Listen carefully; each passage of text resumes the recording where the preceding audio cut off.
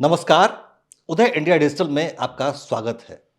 आज है world cancer day, जो कि एक हमें चेतावनी दे रहा है कि दुनिया भर में कैसे कैंसर के मरीज बढ़ते जा रहे हैं और ये विश्व के सामने नया खतरा बन के मंडरा रहा है। तो कैंसर और इसके खतरे के बारे में हमारे दर्शकों को जानकारी देने के लिए हमारे साथ मौजूद हैं डॉक्टर रुद्राचार्य। आपका बहुत बहुत स्वागत है।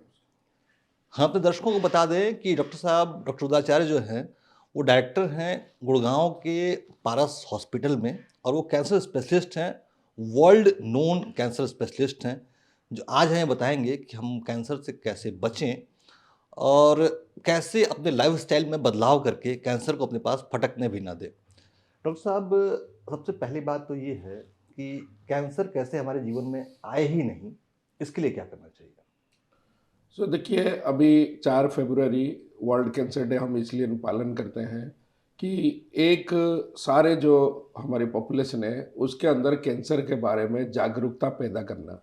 क्योंकि जब तक आपको पता नहीं है कि कैंसर के जो सिंपल सिम्टम्स होते हैं वो नॉर्मल और कोई चीज़ की सिम्टम के साथ मिलता जुलता है और लोग इसको ज़्यादा इम्पोर्टेंस नहीं देते हैं, घर में बैठे रहते हैं जी। और इसके चलते क्या होता है, जैसे भारत देश में ये देखा गया है 70% कैंसर एडवांस कैंसर की स्टेज में डायग्नोसिस होते हैं। वेरेज अगर आप वेस्टर्न कंट्रीज देखेंगे, चाहे यूएसए हो, यूके हो, जापान हो, वहाँ सिर्फ 30% एडवांस केस आते हैं और 70% अर्ली स्टेज में।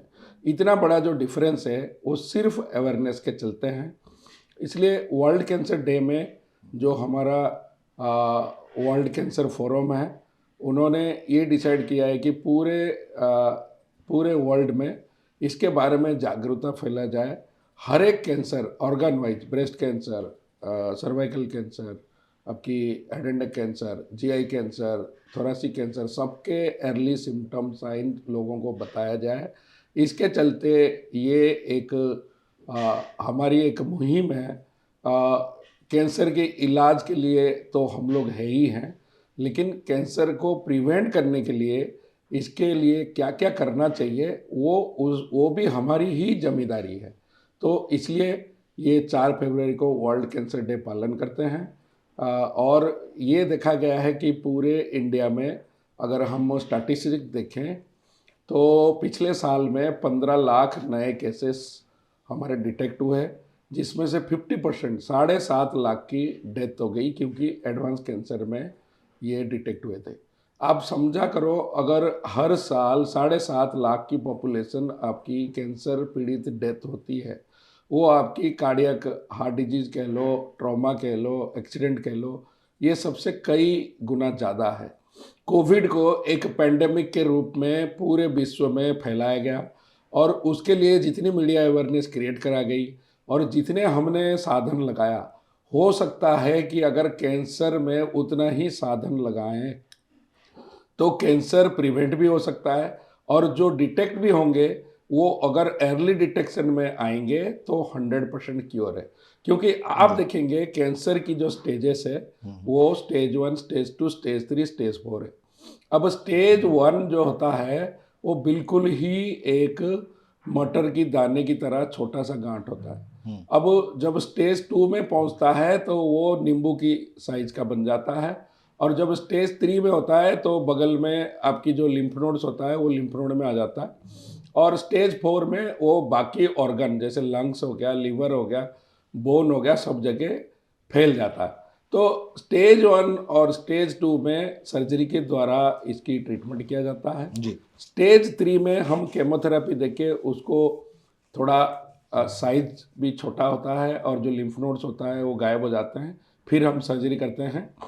और स्टेज 4 में कोई क्योर नहीं होता है, लेकिन फिर भी 40 से 50% पेशेंट को 5 साल से ज़्यादा जिंदा रखा जा सकता है केमोथेरेपी और इम्यूनोथेरेपी टारगेटेड थेरेपी के द्वारा। तो कैंसर की जो ट्रीटमेंट है वो मेनली सर्जरी, जिससे कि आपकी जड़ से वो कैंसर को निकालना है। नंबर 2 रेडिएशन थेरेपी, जिसमें कि कैंसर की द्वारा जड़ से निकालने के बाद जो सराउंडिंग टिश्यू है जहाँ पे माइक्रोस्कोपिक डिजीज रहने की आ, आशंका रहती है, उसको हम जला के उसको स्टेराइल कर देते हैं। तीसरा होता है कि केमोथेरेपी, जिसके अगर एडवांस स्टेज में पाया गया या सर्जरी में कोई स्टेज है वो थोड़ा ज़्यादा बड़ा है, तो उस स्टेज में हम केमोथेरेपी देते हैं, जो कि आईवी लाइन सलाइन में मिक्स करके दवाई दी जाती है। और चौथी होती है, आजकल जो नया आया है वो है इम्यूनोथेरेपी। स्टेज 4 के कैंसर में भी बॉडी की इम्यूनिटी को इतना ज़्यादा बढ़ा देता है कि बॉडी की जो इम्यूनिटी है कैंसर को फाइट करने की शक्ति को बढ़ा देता है। तो ये आपको इम्यूनोथेरेपी एक बून की तरह है। और काफ़ी सारे कैंसर जैसे bladder cancer, lung cancer, kidney cancer, काफ़ी सारे कैंसर में इसकी जो ट्रीटमेंट है काफ़ी सक्सेसफुल है। और लास्ट में टारगेटेड थेरेपी, जो कि नए नए टारगेट, क्योंकि आजकल कैंसर को एक जेनेटिक बीमारी के बारे में भी कहा जाता है, कुछ कुछ कैंसर से जो कि जेनेटिक बेस्ड होता है। तो इसमें जो उसका ये ट्रीटमेंट होता है कि एक एनजीएस करके जेनेटिक टेस्ट होता है, जिसमें कैंसर की टाइप ऑफ म्यूटेशन देखते हैं और म्यूटेशन के हिसाब से आपको जो टारगेटेड थेरेपी म्यूटेशन को स्टडी करके उसके हिसाब से देते हैं, जिसमें आपको लॉन्ग टर्म आपकी जो लॉन्गिविटी है वो बढ़ता है। तो कैंसर का जो इलाज है वो लाइलाज नहीं है। कोई भी पहले ज़माने में कहते हैं कैंसर मतलब डेथ, लेकिन आजकल ऐसा नहीं है। कैंसर एक क्रोनिक डिजीज की तरह हो गया है, लेकिन इसको पैंडेमिक बनने से बचने के लिए एक ही उपाय है कि हम इसके बारे में लोगों को अवेयर करें। अवेयरनेस जी। पैदा करें। तो डॉक्टर साहब ने हमें बहुत अहम बात बताई कि भारत में कैंसर से सबसे ज़्यादा मौतें इसलिए हो रही हैं क्योंकि लोग अवेयर नहीं हैं। कैंसर वो डॉक्टर के पास तब पहुंचते हैं जब कैंसर की बीमारी असाध्य हो जाती है, इनक्यूरेबल हो जाती है, जो कि एक गंभीर समस्या का कारण है। डॉक्टर साहब, हम एक प्रश्न आपसे पूछना चाहेंगे कि आजकल जो कैंसर की समस्या बढ़ी है उसको लाइफस्टाइल से जोड़ा जा रहा है, जीवन शैली के दोष से जोड़ा जा रहा है, तो उस पे क्या कहेंगे आप? मतलब क्या किया जाए? देखिए, लाइफस्टाइल एक आजकल की जो लाइफस्टाइल है वो भाग दौड़ की लाइफस्टाइल है। आप देखेंगे हर बंदा अपने कोई भी कार्य कर रहा है उसमें अव्वल रहने के लिए, नंबर 1 में पहुंचने के लिए वो जूझता है, अपने आप को स्ट्रेस में रखता है। और स्पेशली हमने देखा है कि गांव से लोग आते हैं, शहर में रहते हैं, अकेले रहते हैं, स्ट्रेस में रहते हैं और अपनी नौकरी पेशा करते हैं, और ये सब में जो स्ट्रेस लेवल है बॉडी के अंदर वो ज़्यादा रहती है।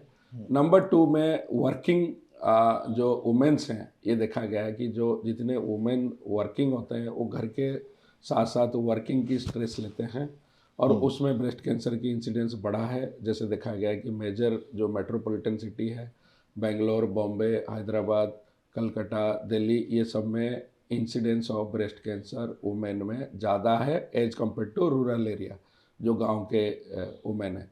ऐसे ही देखा गया है कि स्ट्रेस चलते हुए लोगों को खान पान जो लाइफस्टाइल है, आजकल वेस्टर्नाइजेशन ऑफ लाइफस्टाइल है। हम लोग पिज़्ज़ा, बर्गर और ये जितने ड्राई कबाब्स ये सारे यूज करते हैं, ये सब वेस्टर्नाइजेशन ऑफ लाइफस्टाइल है। हमारी बुजुर्गों ने कभी भी हमें सात्विक वेजिटेरियन डाइट की सलाह दी थी, लेकिन वो अब पालन नहीं होता है। मोस्टली लोग जो है वेस्टर्नलाइजेशन ऑफ द लाइफस्टाइल, आप देखेंगे खाने की पद्धति में कितनी बदलाव आई है।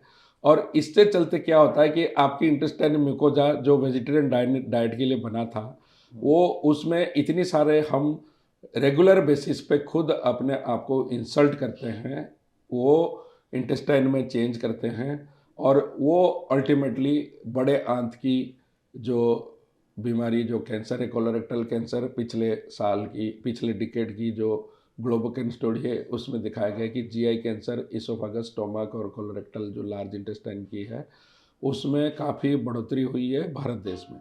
क्योंकि बाकी देश में तो है ही है, क्योंकि वेस्टर्नाइजेशन ऑफ डाइट है वहाँ, लेकिन हम उनको फॉलो करके अपने जो ओरिजिनल डाइट से हम जो हट गए हैं, तो इसलिए वापस हमें थोड़ा देखना पड़ेगा कि सुबह उठ के आप व्यायाम करें, आपको ऑक्सीजन मिलेगा, एंटीऑक्सीडेंट मिलेगा, फिजिकल एक्सरसाइज इज इम्पोर्टेंट, क्योंकि ओबेसिटी जितना है, ओबेसिटी भी एक कैंसर के कारण है।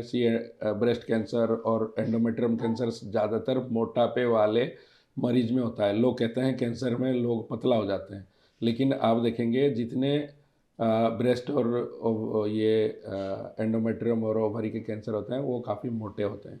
तो ओबेसिटी रिलेटेड है। तो ऐसे देखा गया है कि लाइफस्टाइल में तीसरा चीज़ आती है हमारी जो मेन है, टोबैको और अल्कोहल। टोबैको भारत देश में स्मोकिंग और नॉन स्मोकिंग वैरायटी, जैसे चूइंग करते हैं हम लोग, और डिफरेंट टाइप के स्मोकिंग में भी रिवर स्मोकिंग और तरह तरह के बीड़ी सिगरेट, तरह तरह की चीज़ें अवेलेबल है। और ये टोबैको और अल्कोहल एक ट्रिगर इफेक्ट करता है, दोनों एक दूसरे को ट्रिगर करते हैं, और वो आपकी मुंह के अंदर जो छाले होते हैं उसकी मेन कारण होते हैं, और बाद में वो मुख कैंसर बनने में आपको दिक्कत करते हैं। और ये देखा गया कि बच्चा स्कूल से पास किया 15 साल में और वहाँ से गुटखा चालू करता है, लेकिन जब उसको कैंसर होता है उसको 35 या 40 साल का होता है, क्योंकि इतने दिन तक वो गुटखा जो खा रहा है उसकी असर आता है और चेंजेस करता है। तो जब वो घर में सबसे ज़्यादा अर्निंग मेंबर बनता है और घर को सपोर्ट करना चाहिए, उस समय वो कैंसर में पीड़ित होता है और पूरी घर आपकी फाइनेंशियली क्राइसिस में चला जाता है। तो ये सब के लिए हमारी एक ही विनती है, एक एक कैंसर के बारे में जो अर्ली साइन सिम्टम है, जैसे ब्रेस्ट कैंसर है, उसका सबसे कॉमनेस्ट है कि ब्रेस्ट में कोई गांठ हो, या निपल में कोई डिस्चार्ज हो, या आर्म पिट में कोई छोटा मोटा लिम्फ नोड हो, तो ये डिटेक्ट करें। ऐसे ही सर्वाइकल कैंसर में यूजुअली देखा गया है कि जो आपकी स्त्रियों में जो महीना होता है हर महीना, उसके अलावा अगर कोई ब्लड डिस्चार्ज बाकी टाइम में ब्लड डिस्चार्ज हो रहा है, या संभोग के बाद कोई ब्लड डिस्चार्ज हो रहा है, तो ये सर्वाइकल कैंसर या यूट्रस की कैंसर हो सकती है। और दूसरा है मुंह के कैंसर, बहुत ही कॉमन है, छाले है, टंग, आपकी जो जीभ है, आपकी तलवा है, चिक है, आपकी मुंह के अंदर जो दांत है उसके मूल में, ये सब में अगर कहीं भी घाव होता है जिसमें से खून रिसाव होता है और वो घाव भरता ही नहीं है, तो उसको हम मुंह कैंसर बोलते हैं। और ये भी बहुत ही अर्ली स्टेज में अगर डिटेक्ट हो तो कंप्लीट क्योर है। और लेकिन लोग क्या होता है कि कुछ नहीं होगा, फेस की हमारे यहाँ फेस की कॉस्मेसिस चली जाएगी, ये करके लोग घूमते रहते हैं और वो लेट से आते हैं, तब तक वो ज़्यादा देर हो जाती है। ऐसे ही आप लंग कैंसर देखो, भारत देश में सारे सिटीज़ है जो कि मोस्ट पोल्यूटेड, आजकल पोल्यूशन के ऊपर भी इतनी डिस्कशन हो रहा है, लेकिन कोई भी ये नहीं देख रहा है कि पोल्यूशन के चलते कितनी तरह के कैंसर को हम पैदा कर रहे हैं। जैसे लंग कैंसर की मेन जड़ है कि अगर पोल्यूशन है, उसकी जो पार्टिकुलेट मैटर है, और वो उससे लंग्स के अंदर जो इन्फ्लामेशन करता है, लंग्स की जो लाइनिंग है उसके अंदर इन्फ्लामेशन करता है। अब वो इन्फ्लामेशन कितना बर्दाश्त करेगा? एक आदमी अगर दिल्ली में 30 साल से 25 साल से 40 साल से रह रहा है, हर दिन अगर उसको उतनी एक्सपोजर हो रही है, वो इन्फ्लामेशन हो के अगर उनकी बॉडी में कोई ऐसा जीन हो जो थोड़ा सा भी कैंसर को सपोर्ट करने वाली जीन हो, तो वो पेशेंट में, वो चाहे स्मोकिंग करता हो ना करता हो, नॉन स्मोकर में भी होता है, तो इसमें लंग कैंसर पैदा करते हैं। जी डॉक्टर साहब, आपने जीन की बात कही और कुछ देर पहले मुझे ध्यान आया कि आपने अनुवांशिक कारण भी बताए थे। तो मुख्यतः जो हेरिडिटरी कैरेक्टर्स हैं वो किस किस तरह के हेरिडिटरी कैरेक्टर्स मतलब कैंसर को जन्म देते हैं? देखिए, हेरिडिटरी और जो जेनेटिकली जो मोस्ट प्रोमिनेंट, सबसे प्रोमिनेंट कैंसर है वो ब्रेस्ट और ओवरी है, जिसको हम BRCA1 और BRCA2 जीन कहते हैं। अगर ये प्रेजेंट हो तो चांसेस ऑफ आपकी ब्रेस्ट कैंसर और ओवरी कैंसर होने की चांसेस ज़्यादा है। ऐसे ही मेल्स में अगर ये है तो पेनक्रियास और प्रोस्टेट कैंसर होने की ज़्यादा है। तो लेकिन ये है कि सबसे पहले अगर किसी पेशेंट में ब्रेस्ट कैंसर में हमें ब्राका जीन पेशेंट में एक बार कैंसर डिटेक्ट करने के बाद हम सारे पेशेंट में ब्राका टेस्ट करते हैं। अगर ब्राका टेस्ट पॉजिटिव पाया गया फिर हम पूरी फैमिली को ब्राका की स्क्रीनिंग करते हैं कि अगर फैमिली में और कोई ब्राका पॉजिटिव है उसको हम पहले से अवगत कराते हैं कि आपको इतनी चांसेस ऑफ रिस्क है, आप थोड़ा इसके बारे में जो अर्ली सिम्टम है उसके बारे में आप जानिए। इसके में से कोई भी चीज़ जब भी आपकी शरीर में अपीयर होता है आप निश्चित रूप से अपने डॉक्टर को दिखा के उसका अब डिटेल जांच करिए, क्योंकि ये देखा गया है कि भारत देश में हमारी पॉपुलेशन इतनी ज़्यादा है कि स्क्रीनिंग हमारी पॉसिबल ही नहीं है। वेस्टर्न जगह में अर्ली जो वो आता है, अर्ली डिटेक्ट होता है, इसलिए कि उनके वहाँ स्क्रीनिंग पद्धति है, लेकिन हमारे यहाँ स्क्रीनिंग नहीं है क्योंकि इतना बड़ा पॉपुलेशन है, कितने पैसे खर्च करेंगे स्क्रीनिंग में। लेकिन हम सलाह देंगे कि जितने पढ़े लिखे लोग हैं कम से कम अपने आप को 40 साल के बाद एक कैंसर जनित स्क्रीनिंग प्रोग्राम में ज़रूर शामिल करें, और ये अगर आपको पास में फैसिलिटी हो हर तीसरे साल या 5वें साल में रिपीट करें, क्योंकि आप अपने शरीर को जब तक बचा के रखेंगे तब तक आपका शरीर है। नहीं तो क्या होगा कि सडनली आपको एक सरप्राइज मिलेगा और जिसके बाद आपकी पूरी घर की समस्या पूरी तरह से बदल जाएगी। लेकिन अगर हम सचेतन रहेंगे और हर टाइम टू टाइम हम अपने शरीर को जांच करेंगे। मेरा एक सिंपल एग्जांपल है, हम कार सारे लोग चढ़ते हैं, कार को बिना सर्विसिंग किए हुए आप कितने साल चला सकते हैं, आप खुद सोचिए, और कितने किलोमीटर चला सकते हैं। आप कार में अगर उसके टाइमिंग के हिसाब से सर्विसिंग नहीं करेंगे, कार आपकी रोड के अंदर ब्लॉक हो जाएगी और आपको उसको और यूज ही नहीं कर सकते। सेम में समझिए आदमी जो है वो भी इतने सारे सिस्टम्स, और मैं तो हम लोग भगवान का शुक्रगुजार हैं कि हर एक आदमी के अंदर इतने सारे सिस्टम इतने स्मूथली चलता है बिना कोई हमारी मतलब हमारी कोई खर्च नहीं है उसमें, भगवान ने ऐसे बनाया। तो आप सोचो सिर्फ एक स्क्रीनिंग प्रोग्राम जो कि साल में आपको 2500 से 4000 रुपये खर्च होगा, जिसमें कि आपकी कंप्लीट कैंसर स्क्रीनिंग होएगी, वो अगर करने के लिए हमें खाने के लिए पैसे हैं, कपड़े पहनने के लिए पैसे हैं, बाकी सब में बजट है, लेकिन हेल्थ केयर की स्क्रीनिंग के लिए अगर हम सचेतन रह के कराएंगे हर साल या हर दूसरे साल, कम से कम अर्ली डायग्नोसिस अगर हो तो आपके पास 95 to 100% क्योर रेट है। जब आप लेट डिटेक्ट करोगे तभी आप प्रॉब्लम में फंसोगे। जी जी, डॉक्टर साहब ने हमें बहुत अहम बातें बताई कि 40 साल की उम्र के बाद आप हर तीसरे साल कैंसर टेस्ट जरूर कराएं और ये बेहद ज़रूरी है। डॉक्टर साहब, आज वर्ल्ड कैंसर डे है, कृपया हमारे दर्शकों को बताएं कि जो अर्ली सिम्टम्स होते हैं कैंसर के वो क्या होते हैं और कैसे मनुष्य पहचाने कि उसके शरीर में कैंसर के रोगाणु प्रवेश कर चुके हैं।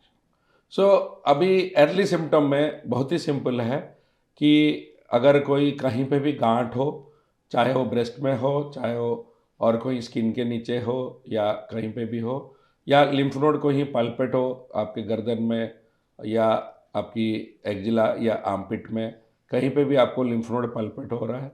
नंबर तीसरा है कोई घाव मुंह के अंदर बनी है या बच्चेदानी के मुंह के पास बनी है, जो घाव हील नहीं कर रहा है और उससे खून की रिसाव हो रहा है। तीसरा है खाना खाने के टाइम अगर खाना निगल नहीं पा रहे, खाना निगलने में आपको दिक्कत है, तो वो इसोफेजियल या फूड पाइप कैंसर होता है, जिसमें कि आपकी फूड पाइप के अंदर ट्यूमर बन रहा है, जबकि आप खाना खाएंगे तो निगल नहीं पाएंगे। तीसरा है कि आपको जो हम बोलते हैं कि एनीमिया, जिसमें कि हेमोग्लोबिन कम हो जाती है, ये दो तरह से होती है। एक स्टोमक कैंसर होती है जिसमें स्टोमक के अंदर आपकी अगर कैंसर हो तो वहाँ से रिसाव होती है, ब्लड निकलता है और वो आपकी लॉस होती है, तो उसके वजह से आपको एनीमिया हो सकता है। या कोलोन कैंसर होता है जिससे राइट साइडेड कोलोन या लेफ्ट साइडेड कोलोन में अगर उसमें अल्सर है और वो ब्लीड होता है तो वो आपकी कोलोन कैंसर कर सकती है। जो सबसे बड़ी वुमेन की जो कॉमनेस्ट पाया गया है वो है ओवरियन कैंसर। इसमें कोई सिम्टम नहीं होता। ओवरी एक ऐसा ऑर्गन है पेट के अंदर है, वो बढ़ता रहता है, किसी को पता ही नहीं चलता। लेकिन उसका सबसे पहला सिम्टम है कि खाना खाने के बाद आपको पेट फूला फूला लगेगा, क्योंकि ऑलरेडी एक ट्यूमर पड़ा होगा पेट के अंदर। अब थोड़ा सा भी खाएंगे आपको पेट भरा भरा लगेगा, तो ये ओवरियन कैंसर है। तो ऐसे लंग कैंसर के लिए नेगिंग कफ, आप खांसी करे जा रहे हैं और आपका खांसी ठीक ही नहीं हो रहा, तो जरूर जाके आप एक्सरे करिए। कई बार लोग ट्यूबरकुलोसिस सोच के टीबी की इलाज करते रहते हैं, लेकिन जब आप एक्चुअल देखेंगे तो वो टीबी नहीं है, वो कैंसर है। तो जी। ऐसे आपकी तरह तरह के कैंसर ऑर्गन के हिसाब से अर्ली सिम्टम्स है। और आप मेरी एक खुद की पोर्टल है, doctor Rudracharya health care portal, उसमें हर महीने एक कैंसर के डिटेल आपकी sign symptom, early sign symptom दिया जाता है। तो अगर आप और बाकी यूट्यूब में भी काफ़ी वीडियोज़ अवेलेबल है, मेरी भी है और बाकी लोगों की भी है। तो उसमें अगर अर्ली साइन सिम्टम्स के बारे में जानने की कोशिश करेंगे आपको सारा मिलेगा। जी। एक ही चीज़ है, कैंसर के बारे में अवेयर रहिए और कैंसर से मुक्त रहिए। जी। तो डॉक्टर साहब ने बड़े स्पष्ट शब्दों में कहा कि बचाव ही इलाज है, सतर्कता में ही जीवन है आपका। और कैंसर के सिम्पटम डॉक्टर साहब ने बताए हमें, और उन्होंने बहुत साफ-साफ कहा कि भाई आप सतर्क रहेंगे, लंबे समय तक जीवित रहेंगे, सावधानी रखेंगे, आपका जीवन बचा रहेगा। हम उदय इंडिया के दर्शकों की तरफ से डॉक्टर साहब का बहुत-बहुत धन्यवाद करते हैं। नमस्कार।